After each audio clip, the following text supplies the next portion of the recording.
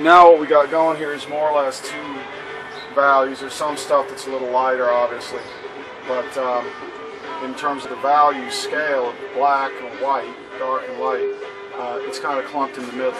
So the next step is to start to push things out, more dark and more light. My idea, Tarzan's hair is black, so we're going to have the hair be very dark. We also need some other dark areas, but we don't need them to be pure black. So, we mix up a color using burnt umber, and and it's funny because these secondary colors are actually a little more important than it might seem. It sort of needs to complement things. So if highlights are warm, then shadows should be cool. So probably it won't go too far wrong by making the shadows cool.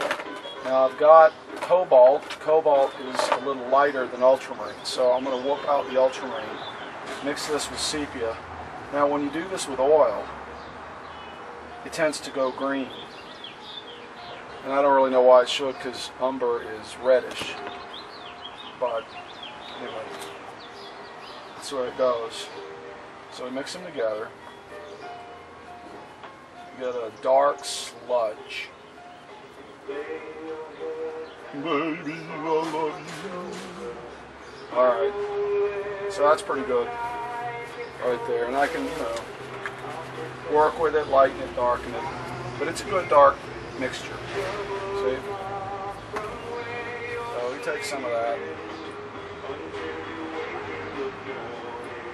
By the way, since we last talked, I went downstairs and washed the dishes and baked this painting again.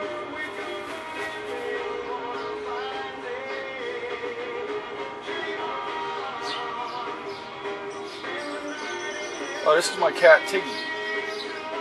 Tiggy comes from tigers. Those of you who, yeah, that's right. Those of you who saw, read the Tigress,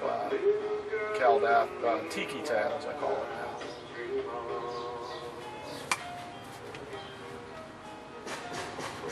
now. Even though I mixed the blue with this, it's still coming out fairly brown.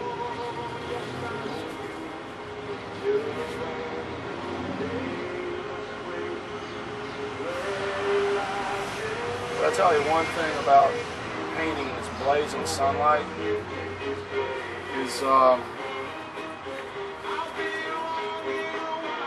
it's pretty good for seeing what you're doing. You do a painting in light this bright, and then when you take it into a more dim room, it's really going to pop. It's sort of the reverse problem. Should I turn the music off? It's sort of the reverse problem of painting under artificial light. And then when you take your painting out into daylight, it looks washed out.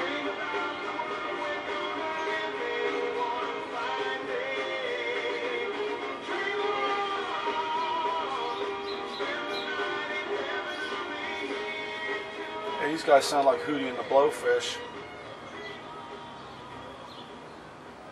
They got there first, huh?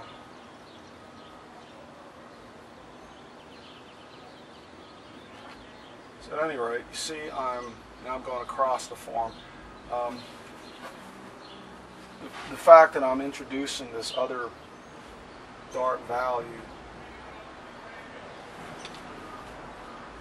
is pushing the value scale out. It's making the painting punchier.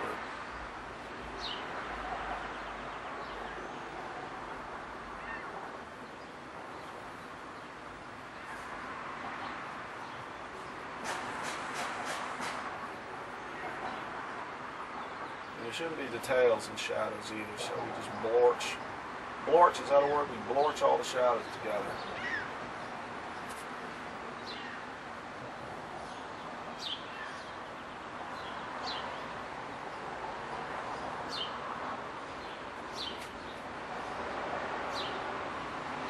shit.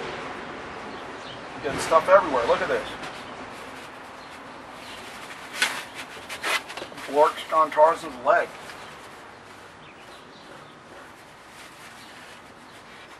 That's not good. It came off.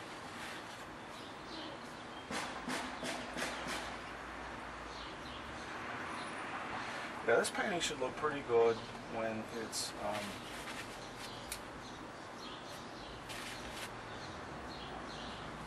indoors.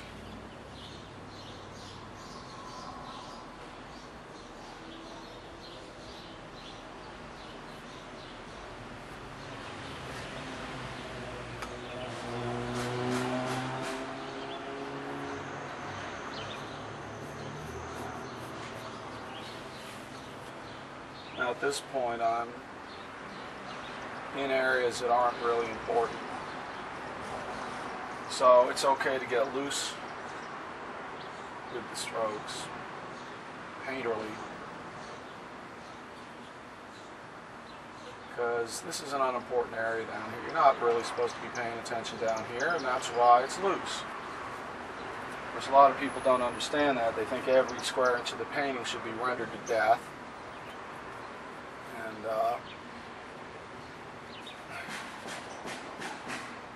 it shouldn't.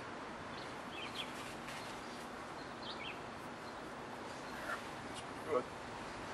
Okay. Now, a little bit more of this, and we should be ready for the next stage. Okay, now look at that. Just improvisational, impressionistic brush strokes up there.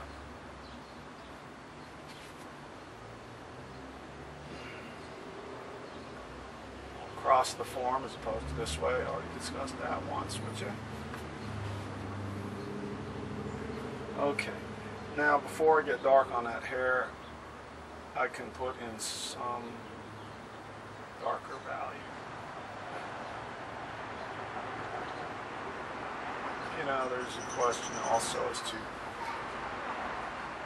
when this is done, whether or not it would look good to varnish it or make it glossy all over. That's another question. That's something that is another problem. It can be complicated. I wrestled with whether or not to varnish paintings for a long time. You know, a few fantasy art people went to the Frazetta Museum and asked, and said, oh well, for the most part they're not varnished. You know, with oils, if you use enough medium, you're not going to need to do that.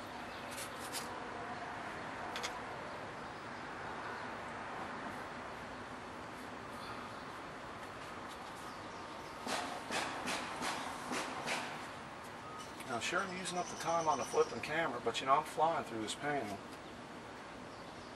So,